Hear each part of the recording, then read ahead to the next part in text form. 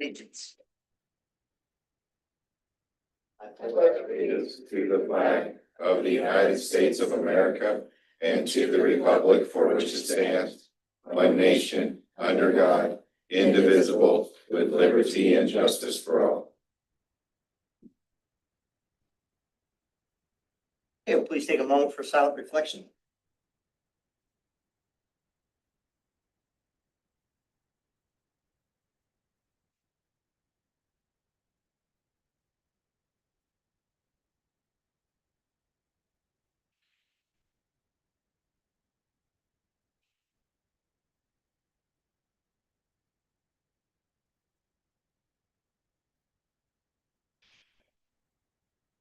Thank you.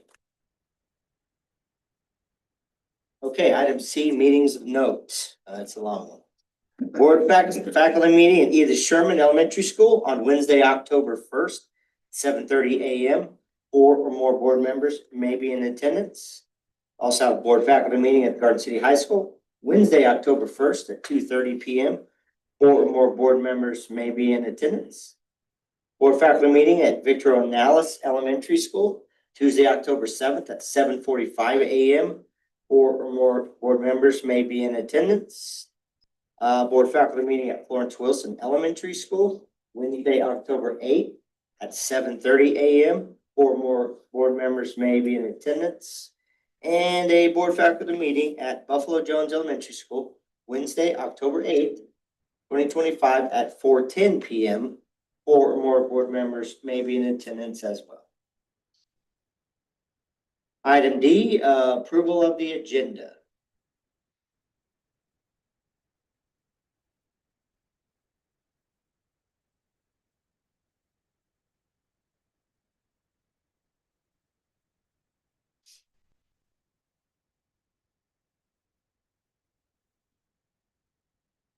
Oh, I'm sorry, I didn't see it. Yeah, I'm sorry. Approval agenda of the following amendment. Thank you. D1, additional classified personnel actions for consideration, items E3. Mr. President, I move to approve the agenda as amended. Been moved and seconded. Is there any discussion? There is none. All in favor, raise your hand. Opposed, same sign. Motion carries. We have John. We have John on. Oh, yeah, John, can you hear us? Aye. All right. Aye, there you go. Sorry, John.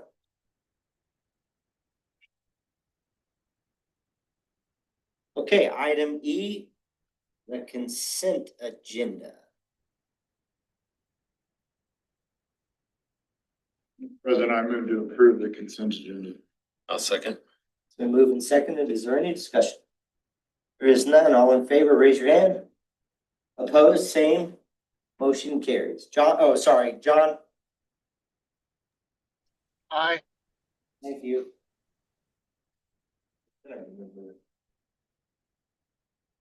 Okay, item F, unfinished business. F1, Board of Education is asked to consider and approve the change from American Fidelity to Benefits Direct AmeriLife per the recommendation from the Insurance Committee. CFO Jessica Nava. And I can just answer any questions that you guys have. But again, the committee heard presentations from both Benefits Direct and American Fidelity, put it out for a vote and overwhelmingly supported the Benefits Direct change. And that would be for January 1st, 2026 coverage and beyond. So. Is there any cost savings? For employees, there should be cost savings. Financially for the district, it's no bearing just because it's all employer dollar or employee dollars. But the presentation proved that upwards of like even 40% on some of the life policies. They have everything American Fidelity offers and more.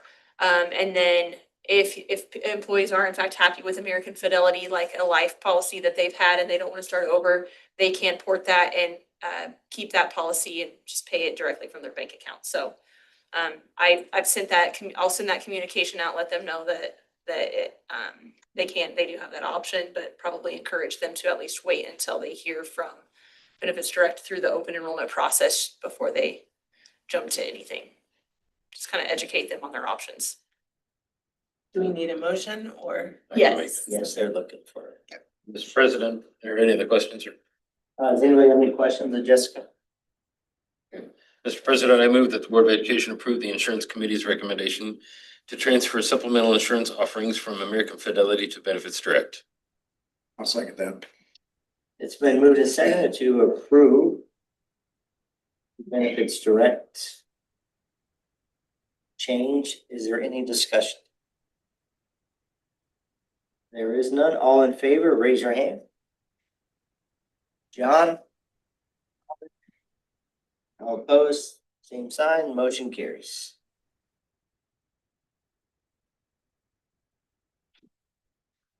Okay, item G, new business. We'll go to G1, superintendent search discussion, interim deputy superintendent Drew Tone. Yeah, so it's that time that we start the process of the superintendent search. This past summer, we talked about bringing the topic back up early in the fall. We are starting to see school districts around the state post their superintendent openings. And kind of like we did last time to get on the front end of it. Now is the time that we probably need to get moving and decide what we want to do. We have a few different options. Number one, we can reissue a new RFP, completely start over with finding a new search firm, going through the search firm process with the RFP process, similar to what we did last time. There's obviously costs and time associated with that. We can utilize the warranty with Ray and Associates that were guaranteed from the last search with Dr. McCarty stepping down prior to 1 year, or we can do nothing. The cost, if we go through the RFP search, I did reach out to some firms. It's pretty similar to what we saw last time. It'll be anything ranging from the bottom end of about $5,000 to $7,000 and the top end being as expensive as we want to go, but probably somewhere in that $30,000 to $35,000 range. If we go with Ray and Associates, obviously there's no cost to us outside of the typical cost that we would associate with bringing in candidates for travel. And then if we do nothing, there's obviously no immediate cost, but that really delays and postpones the process, and I'm not sure that would be a great option. I don't have a recommendation. It's whatever serves you guys best as to what you want to do with the process. All that we need tonight is some direction on what to do. If we do the RFP process, I would get with Jennifer Cunningham and we would develop an RFP and get that out to folks if that's your guys' wish. If we went with Ray and Associates, we literally don't have to do anything. We would just invoke the warranty. If we went that direction and then obviously doing nothing, we don't have to do anything, but that's going to put us a little bit behind the 8 ball as far as where other districts are at this time. What, wasn't about this time last year that we started? It was, yeah. It's kind of the opposite. This is a very similar timeline to what we had last year. The kind of depending on what you guys choose to do is why we're bringing it to you at this point. If we have to go through the whole RFP process, that's really gonna, if you guys remember, we kind of, even though we started early last time, we got to the end of it and we were still late when we got to the end of it, if you guys remember back. So we kind of did learn a little bit of a lesson last time and how long we spread out the process. How much did we pay Ray and Associates? Do you remember? Yeah, it ended up being about 70. Yes. 17. Say it again. No, it was, I can look that up real quick. yeah, Jessica will find it. I think the base was 15,000 plus travel and expenses and advertising. Yeah, I think. That's, we don't wanna go there. If we go with Ray and Associates, do we have some control over maybe which one of the associates that we have working with us? Yeah, so I talked to Ray and Associates and they're willing to adjust to us. I talked to them about specific associates, maybe not being, Probably on our team. yeah, maybe not being involved, and Molly did say she would be more involved in this process if we wanted her to be, and we can kind of pick and choose the other individuals that we would like. In my discussion with Rain Associates, I will say, and if that's the direction you guys end up going, they are gonna be very flexible to your guys' demands, is what I would say. They feel bad about what happened last time with having to step down that quickly, and they do feel like they want to make it right with our district. Well, my feeling on it is we paid them already. They offered a warranty and they're willing to honor that warranty. There's no additional expense to us other than the normal expense from bringing candidates in.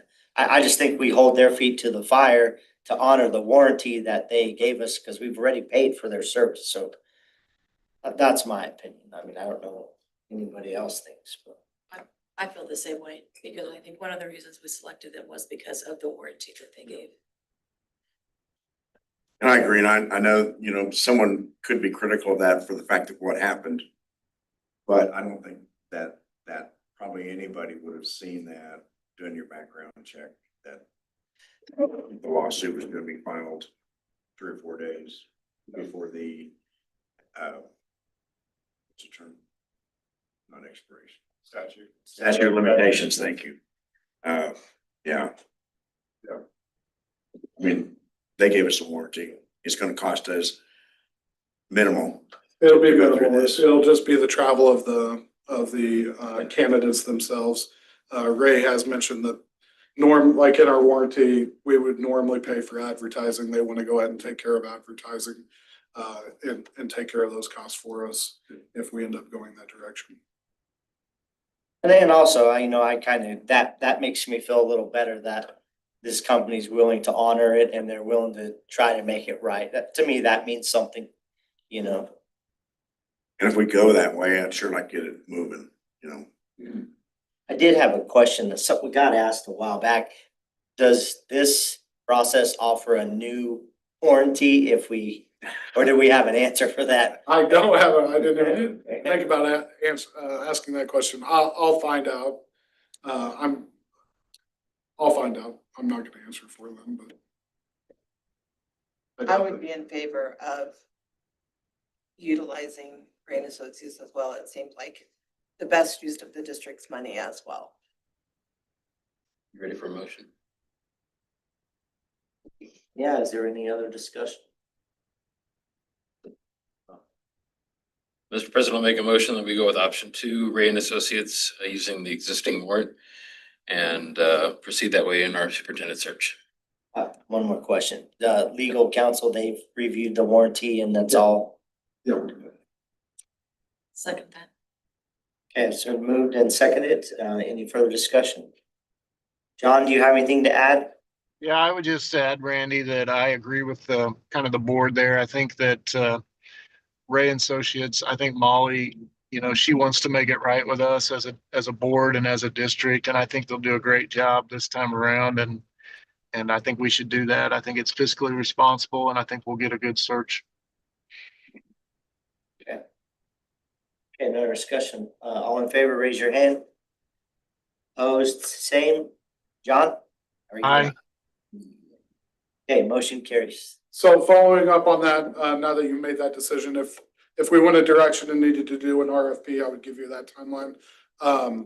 Going with Ray and Associates, they would like to get going on this because of the timeliness of it. They don't want what happened last year to happen again this year. So one thing that she did ask is that we find a time, probably early the following week to get with them and set up a Zoom and talk about the search and make sure that we're all on the same page as far as our expectations for them, who we'd like to be involved with the search, their new updated timeline for the search, make sure everybody's good with that. So we'll put, when's the next board meeting, Josh? 13th, sorry. So we'll put a special board meeting together just to have that discussion. The week before. Yeah, with them, and we'll probably do it over Zoom, so everybody, I don't have to interrupt everybody's, unless you guys want to come in we can probably do it over Zoom because we're just talking timelines and nuts and bolts of the search. Okay, Total payment for them was 19,570. close. Closer. A lot closer to you. 19 is better than 70. He looked at me, I was like, yeah, you're right. And then I couldn't find him because it's under Sesco Executive Search, and I couldn't find it under Ray, so that's 19.5. All right, thank you.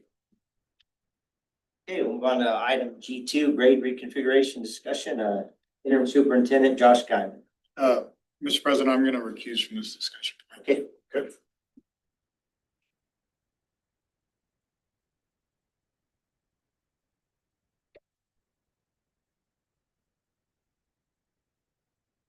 So I know I've had a couple board members reach out to me and express an interest in kind of moving forward and looking at grade reconfiguration. So I just wanted to bring that up tonight, let you guys kind of discuss it.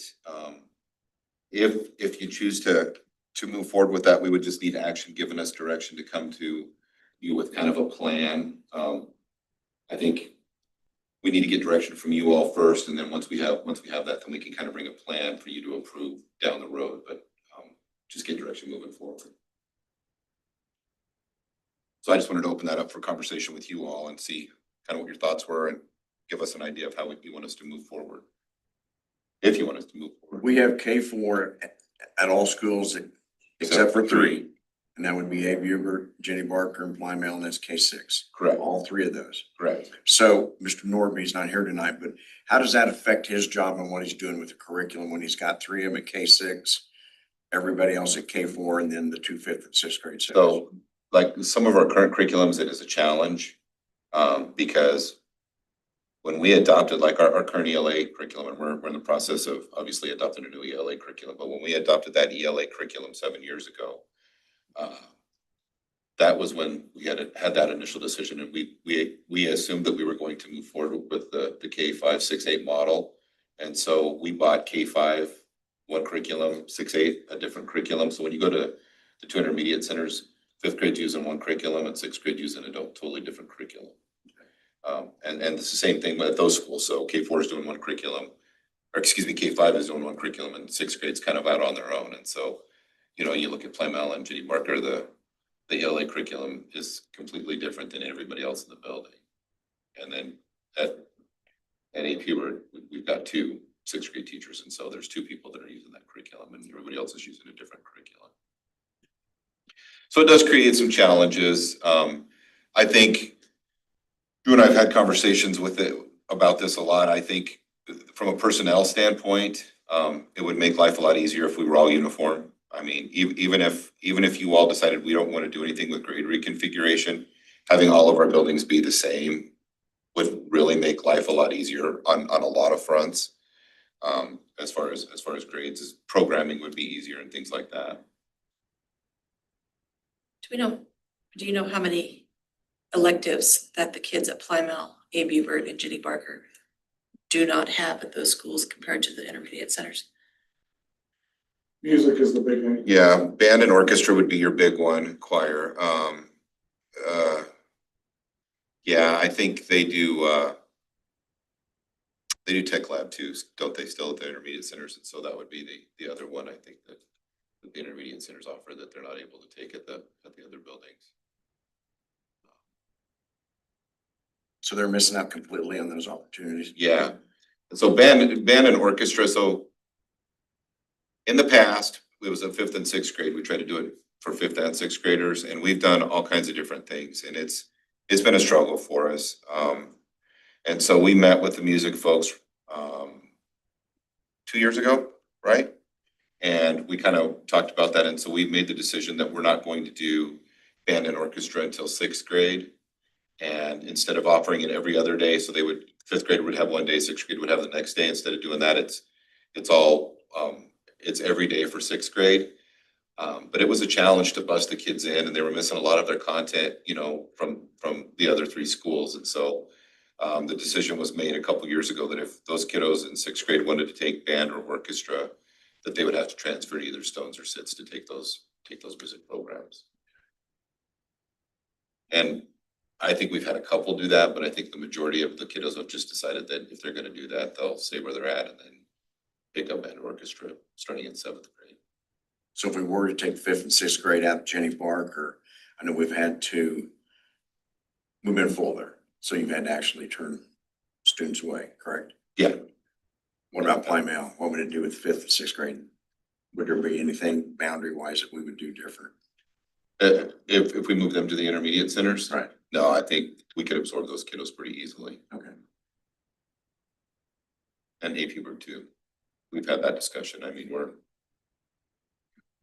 and that's not to say we would lose the teachers. We would just probably have to. So let's say we want to definitely get the 6th graders in with the 7th and 8th graders and move the 5th graders back down.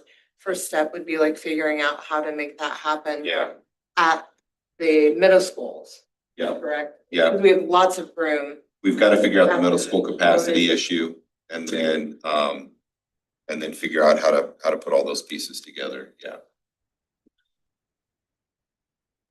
I know this is last time we went through this, we had that was the overwhelming majority of people saying we want to get this figured out and get this resolved. And I think it's beneficial on, like you've already mentioned, multiple fronts. And I think it's a no-brainer that we go forward with this and getting this going. So that's my 2 cents.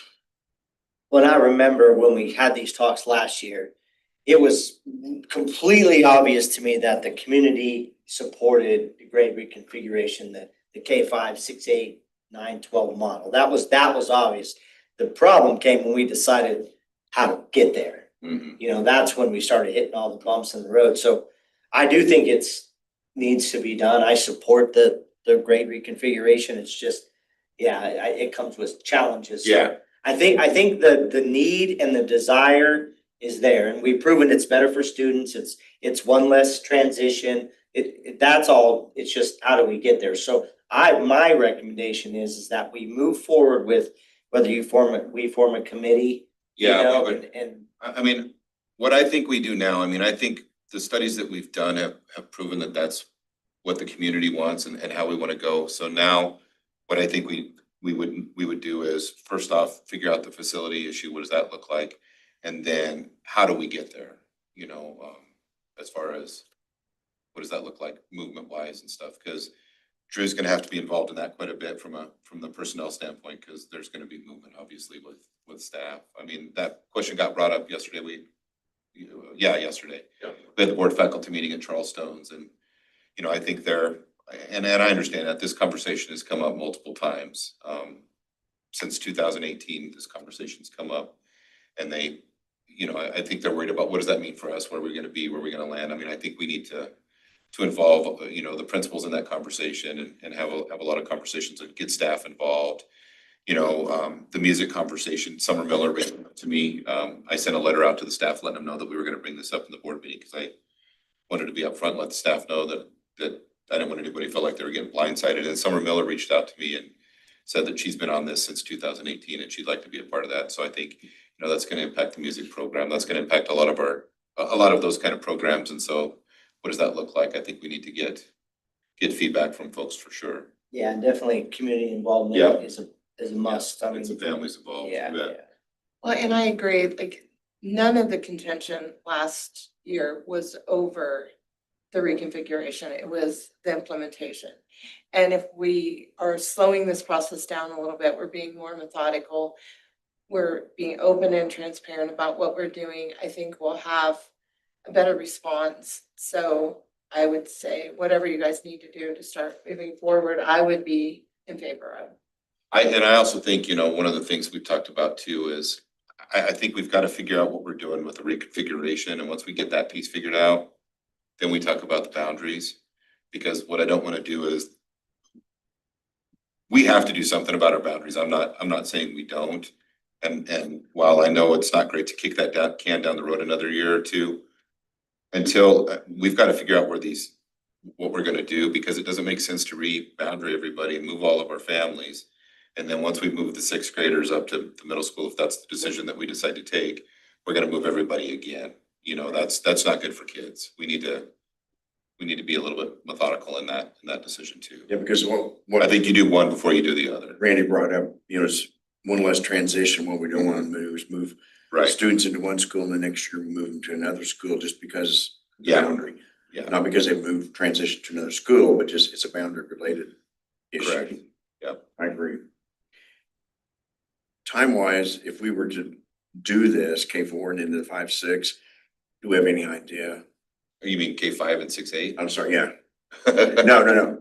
Right now, if we were to the fifth, well, back up. Do we have any idea what kind of time we're looking at if we move forward with this? So more than likely, That would be we're recommended to us. probably gonna have to add a little bit onto KH, right? And so my best guess would be fall of 2028 would be the earliest that I see this happening.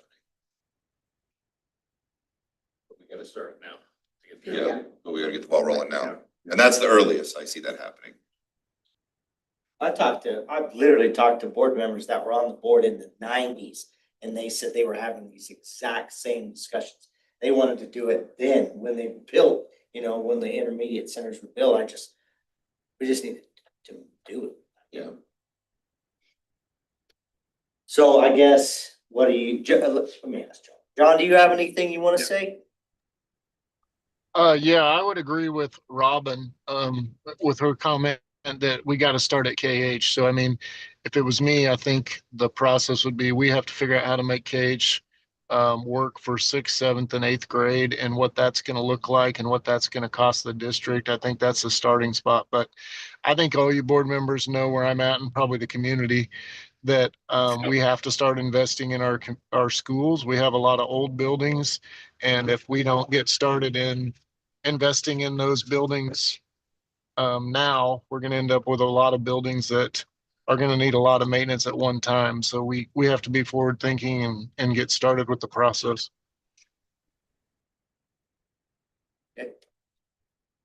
I think we're at I believe, I can't speak for everybody else, but as far as what we know building maintenance is, I think we're in a really good spot with being very familiar with that.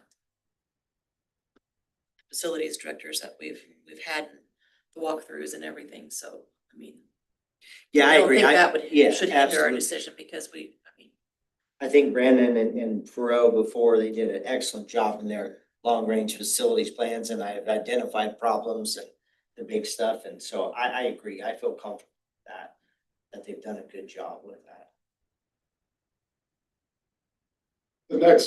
The next big step for us is, if that's what you guys are deciding, is just, we've got to get a design and put dollars to a design on KH. We've talked So- before about taking it to 900-ish. Yeah. And so that realistically would be, we would more than likely in October, if we can get it put together that quick. I don't know if we can pull it off that quick, but we would try to get it to a plan for a design fee to get that kind of going and have that in front of you to vote for in October and then kind of go from there. What is the capacity at Horse Good versus KH? So Horse Good, we've had as many as 780, 790. It's very uncomfortable at 780, 790. When we were having these discussions last year, one of the big conversations was the growth of the community and the growth to the north and to the east. There's talk about that new bypass possibly going in, which would continue that growth toward the north and the east. And so as we talked last year, it was finding a way to make KH the bigger of the two middle schools.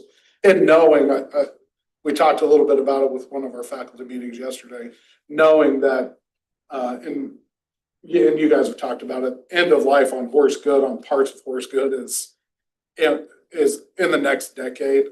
And so knowing we get this done because we also have a big bill coming up with Horse Good that was built in 1957 that has plumbing issues, has electrical issues, has all kinds of issues.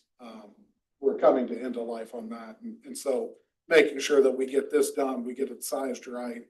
We know the growth is that direction. That's the school that's that direction. And then, 10 years from now, we come back and take a look at Horse Good and figure out what do we need to do with Horse Good at that point.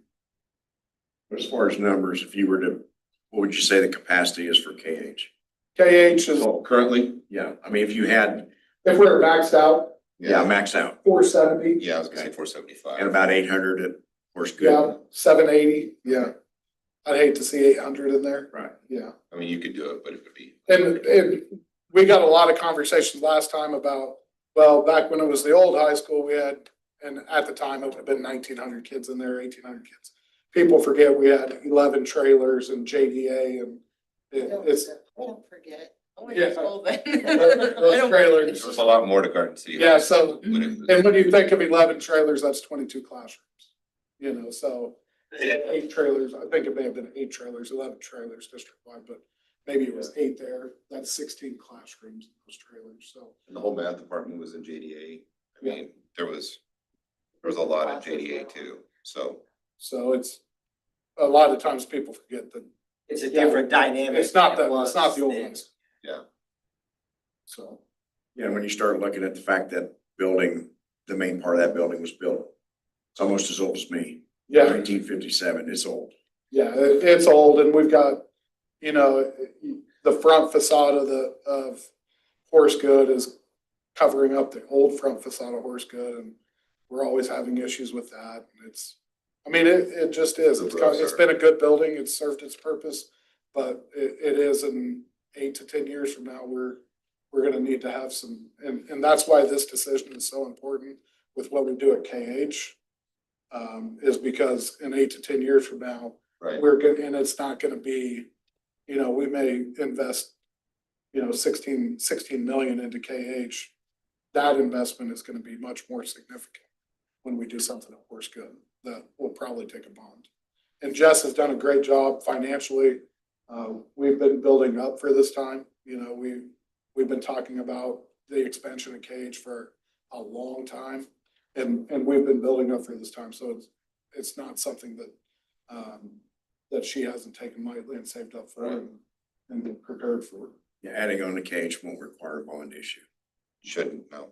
That's, I would not recommend that. Do you guys need just a consensus to move forward or? Yeah, just a motion to move forward to bring a plan forward to you guys. To move forward with design, I guess for KH would be the Yeah. biggest piece. And the next step again is just that plan of KH. What Yeah. is KH gonna look like if we move forward with grade reconfiguration? The first step is figuring out what KH is gonna cost. How much is that gonna cost for us to be able to get it up to 800, 900 students? And so we come with that, if that price very well could be out of our range and we stick where we are and we keep, you know, Yeah. intermediate centers, Yeah. but if it comes back and you guys are comfortable and The the other money's piece there. is converting the intermediate centers to an elementary. There's gonna be a little bit of a cost there. I don't think it's gonna be significant, but you're gonna wanna bring in more playground equipment. You're gonna wanna bring in, you know, fence off the playgrounds a little bit more. There's gonna be some things to bring it down to fit littler people than what we have there now. And so I don't see that being a huge cost, but there will be, I mean, y'all voted on the upgrade for the addition for the playground equipment at Edith Sharman. So, I mean, you know what that cost is gonna be. There'll be a little bit of a cost there too, but comparatively speaking, it'll be minimal, but there'll be some there. Right now is KH does just the dome and their gym, that gets all their needs. They're not taking kids to Florence Wilson, are they? No. No, so just the two are getting. Yeah. Yeah. And the Yeah. high school uses the dome, so. Yeah, it gets used, I will say for what it is, it does get a lot of use. Like after school, we have middle school cheer, high school cheer, volleyball going in it right now. Which has been nice. PE's been going over there and using it as well. So it is serving its purpose. I think for the 100,000 we invested in it, it's serving its purpose well. And I doubt a new gym can be included in the price tag that we can afford right away. That's probably a phase 2 of KH. So that dome will continue to serve a purpose for the next few years until we have the funds available to do. Right. Because we're gonna have to hire more PE teachers, so you're gonna need that gym space for sure. What was the warranty on the dome? Sorry.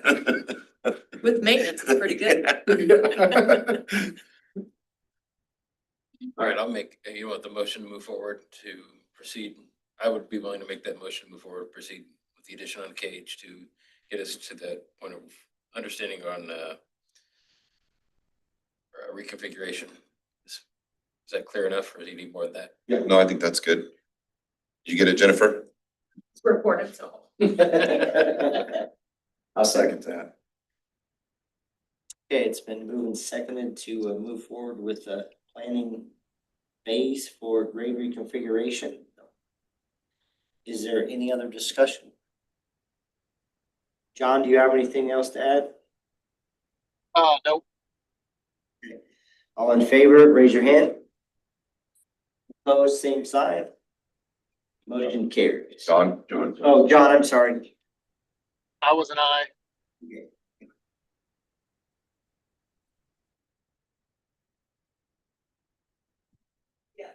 Thank you, sir. You betcha.